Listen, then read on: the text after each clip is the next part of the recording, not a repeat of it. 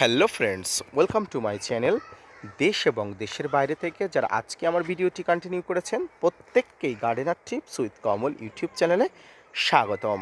ছাদ বাগানে ফেব্রুয়ারি মাস আসতে না আসতে মুকুলে মুকুলে ভরপুর হয়ে গেছে আপনার ছাদ বাগানের সমস্ত প্রজাতির আম গাছগুলো। আর এই সময় কিন্তু আপনার ছাদ বাগানে বিন্দু পরিমাণ কোনো ধরনের ভুল করা চলবে না। যে ভুলে আপনার অনেক কষ্টে আনানো মুকুলগুলো কিন্তু নষ্ট হয়ে যায়, অর্থাৎ খুব সতর্কমূলকভাবে আপনার ছাদ বাগানে আম গাছগুলোকে পরিচর্যা করতে হবে। নানা ধরনের কীটনাশক ফাঙ্গিসাইড যেমন প্রয়োগ করতে হবে, ঠিক তেমনি গাছকে বিভিন্ন ধরনের বেঁচে থাকা রসদগুলো কিন্তু যথাযথভাবে যোগান দিতে হবে। তো আসুন আজকের ভিডিও থেকে আমি জানিয়ে দেবো কী ধরনের কীটনাশক ফাঙ্গিসাইড খাবারগুলো আপনি এই সময় আপনার গাছগুলোকে প্রোভাইড করবেন, অর্থাৎ একটি বুস্টার ডোজেই আপনার ছাদ বাগানের গাছগুলো কিন্তু ফুলে ফুলে ফলে ফলে ভরে উঠবে। কী সেই বুস্টার ডোজ, কীভাবে প্রয়োগ করবেন, আসুন আজকের ভিডিও থেকে বিস্তারিত জানিয়ে দিই। না স্কিপ করে কন্টিনিউ করুন।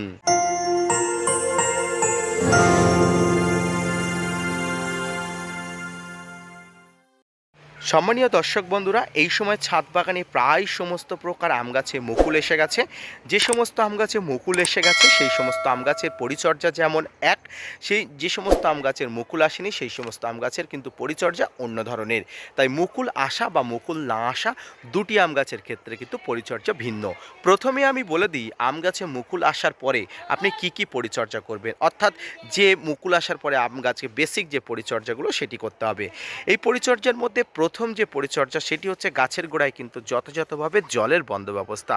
অর্থাৎ যে মুহূর্ত থেকে আপনি দেখতে পাবেন আপনার আম গাছে, অর্থাৎ শখের আম গাছে মুকুল এসে গেছে, মুকুল ফুটে গেছে, সেই মুহূর্ত থেকে আপনার গাছের গোড়ায় যেন কোনোভাবে শুকনো খটখটে না থাকে। মোটামুটি প্রতিদিনে গাছের গোড়াতে যাতে জল দেওয়া হয় সেদিকে কিন্তু অবশ্যই লক্ষ্য রাখবেন, কারণ জল কিন্তু সমস্ত প্রাণের উৎস, শক্তির উৎস। জল কম হলে গাছের কিন্তু মুকুল ঝরিয়ে গাছ কিন্তু বেঁচে থাকার বাকি সামগ্রীর রসদ কিন্তু খুঁজে নেবে। তাই কিন্তু জল কম গাছে দেবেন না।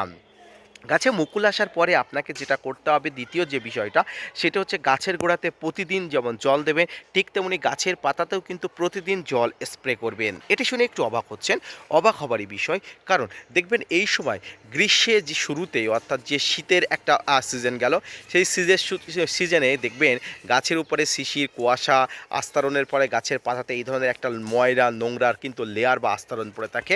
এই লেয়ার ময়লা আস্তরণ কিন্তু গাছের কিন্তু সালোক সংশ্লেষ করতে বাধা দেয়। তাই আপনি যদি প্রতিদিন গাছেতে জল স্প্রে করেন, যেমন কীটপতঙ্গ ফাঙ্গাস গাছের আশেপাশে বাসা বাঁধতে পারবে না, ঠিক তেমনি গাছ সূর্যের আলো থেকে পর্যাপ্ত পরিমাণ শক্তি সংগ্রহ করে কিন্তু সালোক সংশ্লেষ করতে পারে, শক্তি উৎপাদন করতে পারবে এবং মুকুলগুলো কিন্তু যথাযথভাবে শক্তিশালী হয়ে উঠবে।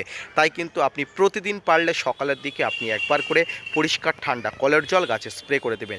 এই জলের সঙ্গে যদি আপনি হাইড্রোজেন পারঅক্সাইড আপনি নিতে পারেন, খুব ভালো হয়, খুব ভালো ফলাফল পাওয়া যাবে। কারণ এই হাইড্রোজেন পারঅক্সাইডে সমস্ত ধরনের জীবাণুনাশক থাকে, সব জীবাণুনাশক ধুয়ে কেটে মুছে কিন্তু গাছকে তরতাজা করে তুলবে, গাছকে ভালো করে তুলবে, মুকুলকে স্বাস্থ্যবান করে তুলবে। গাছে মুকুল আসার আগে আপনাকে যেটি করতে হবে সেটি হচ্ছে 0050 অর্থাৎ সালফেট অফ পটাশ, অর্থাৎ পটাশের সোর্স আপনাকে গাছে কিন্তু প্রোভাইড করতে হবে। গাছে যেমন 0050 দেবেন, ঠিক তেমনি গাছের গোড়াতেও কিন্তু আপনারা লাল পটাশ বা জৈবভাবে কলার খোসা ভেজানো জল অর্থাৎ পটাশের সোর্স আপনারা অবশ্যই দেবেন। অর্থাৎ এক কথায় গাছে কিন্তু পটাশের চাহিদা কিন্তু পূরণ করতেই হবে, না হলে এই যে ফুলগুলো আসছে এই ফুলগুলো কিন্তু অবশ্যই ঝরে পড়ে যাবে, গাছ শক্তিশালী হবে না, মুকুলগুলো শক্তিশালী হবে না। তাই মুকুলগুলো যাতে শক্তিশালী হয় পটাশ যেমন গাছে স্প্রে করতে হবে, ঠিক তেমনি কলার খোসা কিন্তু গাছের গোড়ায় দিতে হবে, সেটি জৈবভাবে। আপনারা যদি রাসায়নিকভাবে দিতে চান এমওপি দিতে পারেন, 1 লিটার জলে 1 গ্রাম গুলে নিয়ে সেই জলটা কিন্তু গাছের গোড়াতে 2 দিন 3 দিন অন্তর অন্তর আপনি দিতে পারেন। এবং যদি কলার খোসা গোলা জল দিতে পারেন অবশ্যই কোনো ধরনের কোনো অসুবিধা নেই।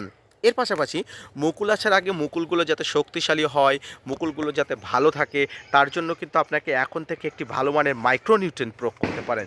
মাইক্রোনিউট্রিয়েন্ট বাজারে অনেক ধরনের পাওয়া যায়, তবে আমি এক্ষেত্রে মাইক্রোনিউট্রিয়েন্টের ক্ষেত্রে বোরনের কথাকে সাজেস্ট করব। বোরন এমন একটি মাইক্রোনিউট্রিয়েন্ট যার মধ্যে অনেক গুণাগুণ থাকে।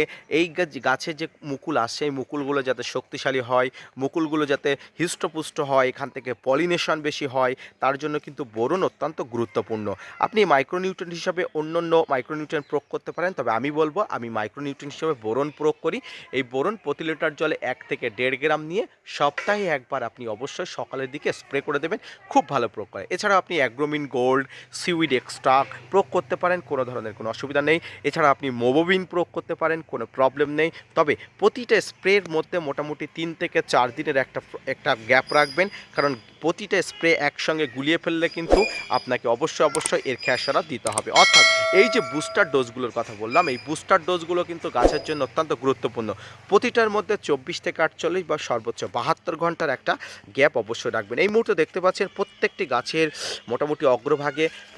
গাছের অগ্রভাগে মোটামুটি মুকুল আসছে। এই মুকুলগুলো কিন্তু হৃষ্টপুষ্ট স্বাস্থ্যবান কিন্তু রাখার জন্য আপনাকে কিন্তু এই বেসিক পরিচর্যাগুলো করতে হবে। সম্মানীয় দর্শক বন্ধুরা, এর পরবর্তীতে গাছে এই সময় একটা ভালো মানের পিজিআরও প্রয়োগ করতে হবে। পিজিআরের ক্ষেত্রে আমি এই সময় প্লানোফিক্স, বাম্পার এবং বুস্টার 2 প্রয়োগ করার কথা বলবো। তবে পিজিআরের ক্ষেত্রে আমি বলবো, আপনি যখন পিজিআর প্রয়োগ করবেন অবশ্যই ভেবে চিন্তে ডোজ জেনে নিয়ে অবশ্যই প্রয়োগ করবেন। উল্টোপাল্টা পিজিআর প্রয়োগ করবেন না, তাতে গাছে কিন্তু হিতে বিপরীত হতে পারে। সপ্তাহে একবার করে পিজিআর প্রয়োগ করুন। বাম্পার প্রয়োগ করতে চাইলে 3 থেকে 4 ফোঁটা, প্লানোফিক্স প্রয়োগ করতে চাইলে 5 থেকে 7 ফোঁটা, বুস্টার 2 প্রয়োগ করতে চাইলে প্রতি লিটার জলে মাত্র 1 ফোঁটা স্প্রে করে অবশ্যই 1 লিটার জলে গুলে গাছে স্প্রে করতে পারেন। তাই দেখবেন এই মুকুলগুলো আরও দ্রুতভাবে বেড়ে যাবে এবং গাছ ভর্তি ঝাঁকড়া মুকুল আসবে।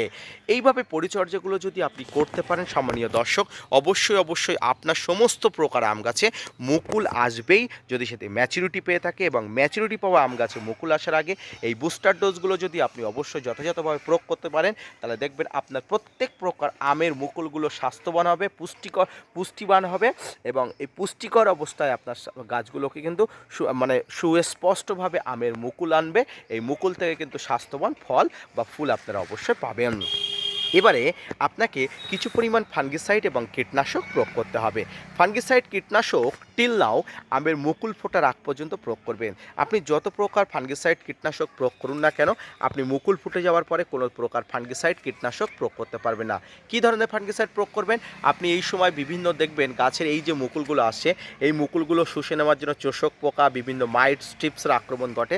তাই আপনি কনফিডার জাতীয় যে কীটনাশকগুলো আছে, ইমিডাক্লোরপিড বা জোশ, এই ধরনের যে নামে কীটনাশকগুলো আছে, এগুলোর সঙ্গে আপনি স্প্রিং আপনি অবশ্যই প্রয়োগ করতে পারেন। এই স্প্রিং বা আপনি অন্য যে ফাঙ্গিসাইডগুলো আছে একসঙ্গে মিশিয়ে নিয়ে আপনি সপ্তাহে একবার প্রয়োগ করুন, খুব ভালো ফলাফল পাওয়া যাবে। সম্মানীয় দর্শক, এই স্প্রিং এবং কনফিডার এই যে মিশ্রণটি ভালো করে মিশিয়ে নিয়ে আপনি প্রতি 7 দিন অন্তর একবার করে সকালে বা সন্ধ্যার আগ মুহূর্তে প্রয়োগ করলে আপনি অবশ্যই এই মুকুলগুলোকে স্বাস্থ্যবান অবস্থায় পাবেন।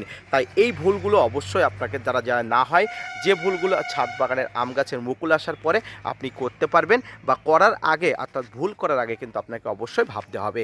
তাই এই ভিডিওটি দেখে অবশ্যই সতর্ক হন। যদি মুকুল এসে থাকে, মুকুল ফুটে যাওয়ার আগে কীটনাশক ফাঙ্গিসাইড স্প্রে করবেন। যদি মুকুল না এসে থাকে, আপনি অবশ্যই আগে থেকে অ্যাডভান্স পরিচর্যা করতে থাকুন। তো আজকের ভিডিওটি আশা করি বুঝতে পেরেছেন। আজকের ভিডিওটি দেখে যদি অনুপ্রাণিত হন, আজকের ভিডিওটি দেখে যদি আপনার মনে হয় তথ্যভিত্তিক কোনো ভিডিও, অবশ্যই gardener tips with Kamal YouTube চ্যানেলের সঙ্গে থাকবেন, ভিডিওটি শেয়ার করবেন আর অবশ্যই আমার চ্যানেলের সঙ্গী হয়ে চ্যানেলের সঙ্গে থাকবেন। তাতে করে আপনার সমস্ত তথ্য আপনি খুব দ্রুত পেয়ে যাবেন এবং যখনই আমি ভিডিও ছাড়ব অবশ্যই আপনার কাছে নোটিফিকেশান পেয়ে যাবে।